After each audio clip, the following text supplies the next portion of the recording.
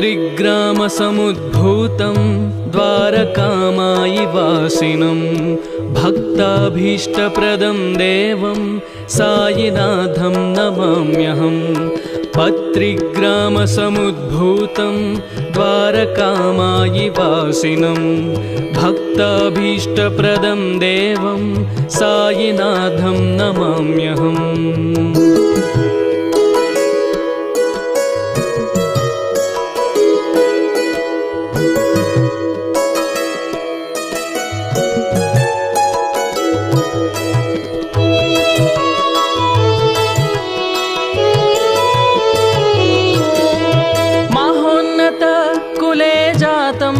क्षीराम्बुधि समे शुभे महोन्नत कुले जातं क्षीराम्बुधि समे शुभे द्विजराजं तमोघ्नन्तं सायिनाथं नमाम्यहं।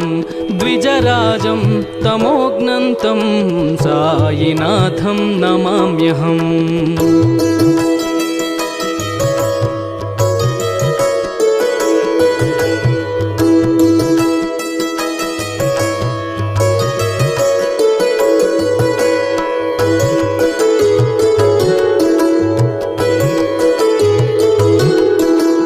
जगदुद्धारणार्थं यो नररूपधरो विभुः योगिनं च महात्मानं सायिनाथं नमाम्यहं। जगदुद्धारणार्थं यो नररूपधरो विभुः योगिनं च महात्मानं सायिनाथं नमाम्यहम्।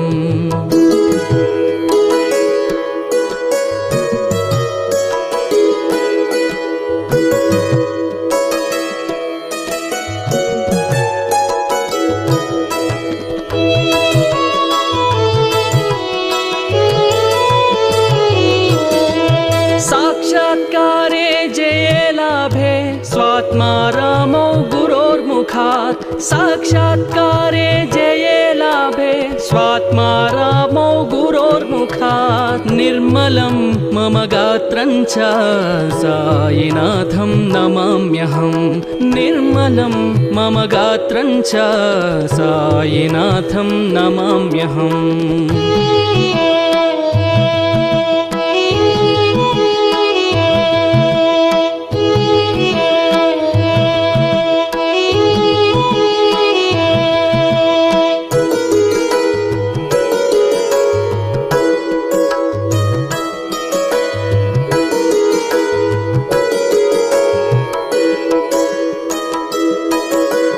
यस्य दर्शनमात्रेण नश्यन्ति व्याधिकोटयः सर्वे पापाः प्रणश्यन्ति सायिनाथं नमाम्यहम्। यस्य दर्शनमात्रेण नश्यन्ति व्याधिकोटयः सर्वे पापाः प्रणश्यन्ति सायिनाथं नमाम्यहम्।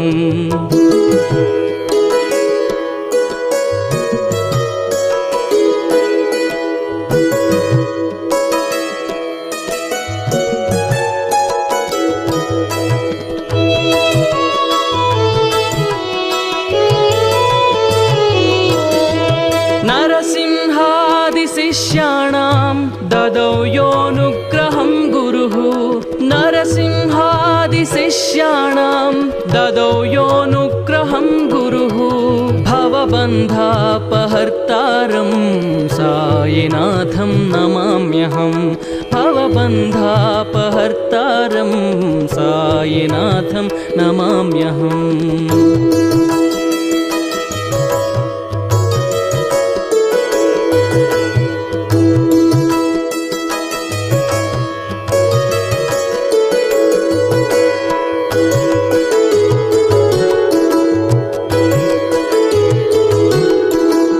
धनाढ्याञ्च दरिद्राण्य समदृष्ट्येव पश्यति करुणासागरं देवं सायिनाथं नमाम्यहं।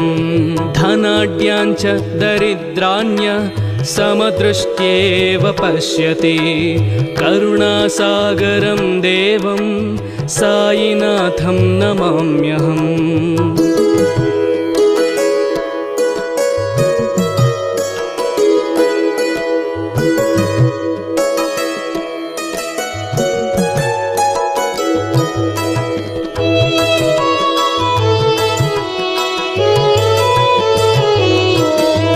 समाधिस्थोऽपि यो भक्त्या समतीर्थार्थदानतः समाधिस्थोऽपि यो भक्त्या समतीर्थार्थदानतः अचिन्त्य महिमानन्तं सायिनाथं नमाम्यहम्। अचिन्त्य महिमानन्तं सायिनाथं नमाम्यहम्।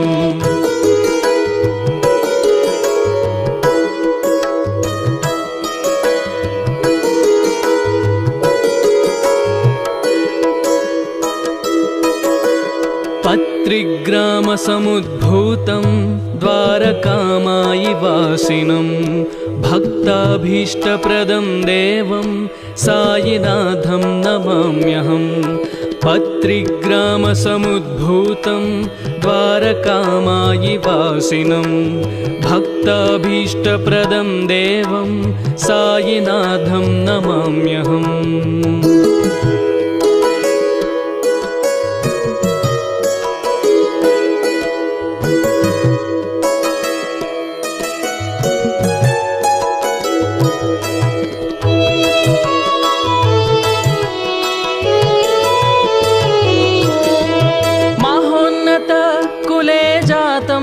क्षीराम्बुधि समे शुभे महोन्नत कुले जातं क्षीराम्बुधि समे शुभे द्विजराजं तमोघ्नन्तं सायिनाथं नमाम्यहम्।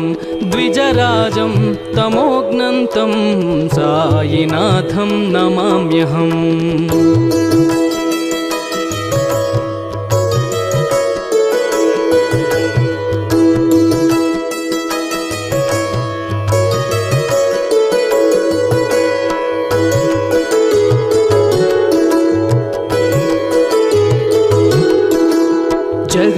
जगदुद्धारणार्थं यो नररूपधरो विभुः योगिनं च महात्मानं सायिनाथं नमाम्यहम्।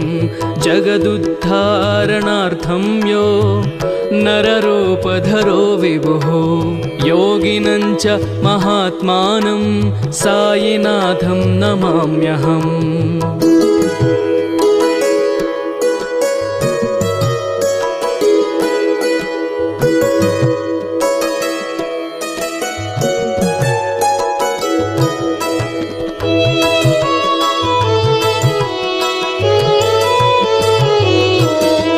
साक्षात्कारे जये लाभे स्वात्मा रामो गुरोर्मुखात् साक्षात्कारे जये लाभे स्वात्मा रामो गुरोर्मुखात् निर्मलं मम गात्रं च सायिनाथं नमाम्यहम्। निर्मलं मम गात्रं च सायिनाथं नमाम्यहम्।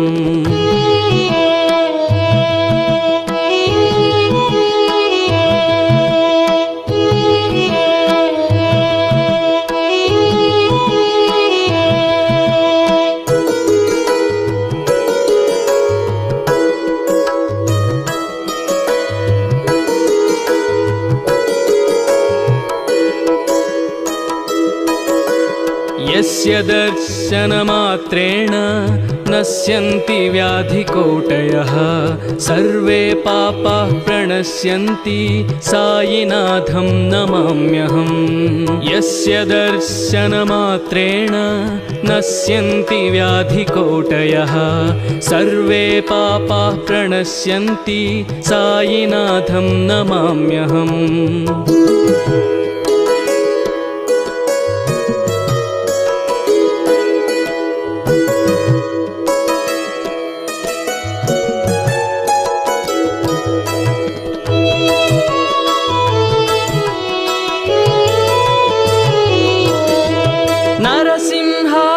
शिष्याणां ददौ योऽनुग्रहं गुरुः नरसिंहादिशिष्याणां ददौ योऽनुग्रहं गुरुः भवबन्धापहर्तारं सायिनाथं नमाम्यहं भवबन्धापहर्तारं सायिनाथं नमाम्यहम्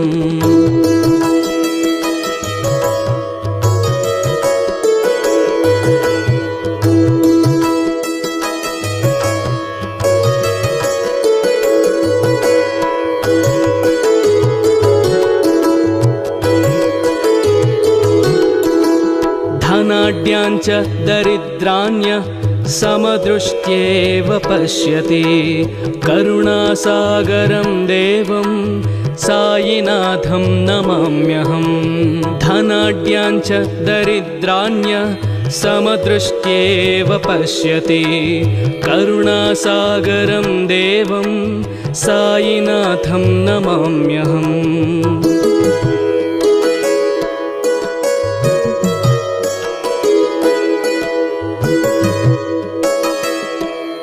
ఇది 2024 శనివారం నాడు ప్రారంభమైనటువంటి యొక్క గణేష్ నవరాత్రుల ప్రారంభం దివ్యంగా జరుగుతున్నది.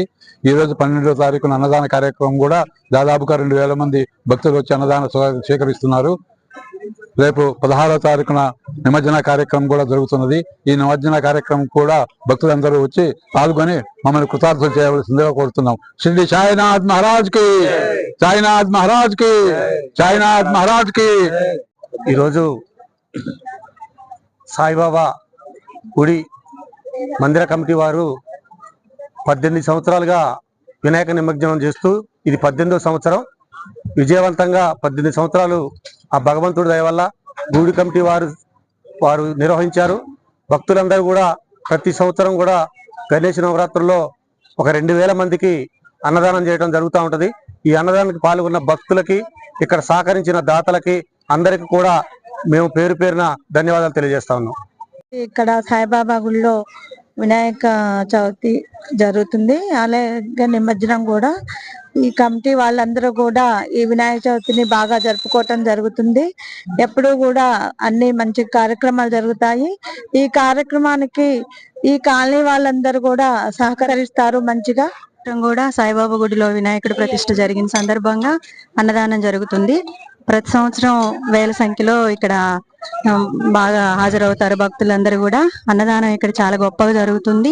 ఒక విజయనగర కాలనీ నుంచే కాకుండా ఇంకా వేరే వేరే ప్లేసెస్ నుంచి కూడా భక్తులు పెద్ద ఎత్తున రావడం అనేది ఇక్కడ విశేషం అన్నమాట. విజయనగర కాలనీ మా 56వ డివిజన్ లో సాయిబాబా గుడిని బేస్ చేసుకొని వినాయకుడిని పెట్టుకొని మా కాలనీ వాసులము చుట్టుపక్కల అందరూ కూడా నవరాత్రులు 9 రోజులు పూజా కార్యక్రమం, అన్నదానం, నిమజ్జనం అన్ని జరుగుతూ ఉంటాయి. అందులో భాగంగా ఈ సంవత్సరం కూడా ఆ కార్యక్రమాన్ని దిగ్విజయంగా జరుపుకుంటున్నాం. ఇక్కడంతా అందరూ విచ్చేసి ఈ ప్రోగ్రామ్ కి ఎప్పుడూ కూడా జనమంతా మా బాబా గుడికి వస్తారు. అందరం ఈ పండుగని చాలా ఆనందంగా జరుపుకుంటున్నాం. Thank you.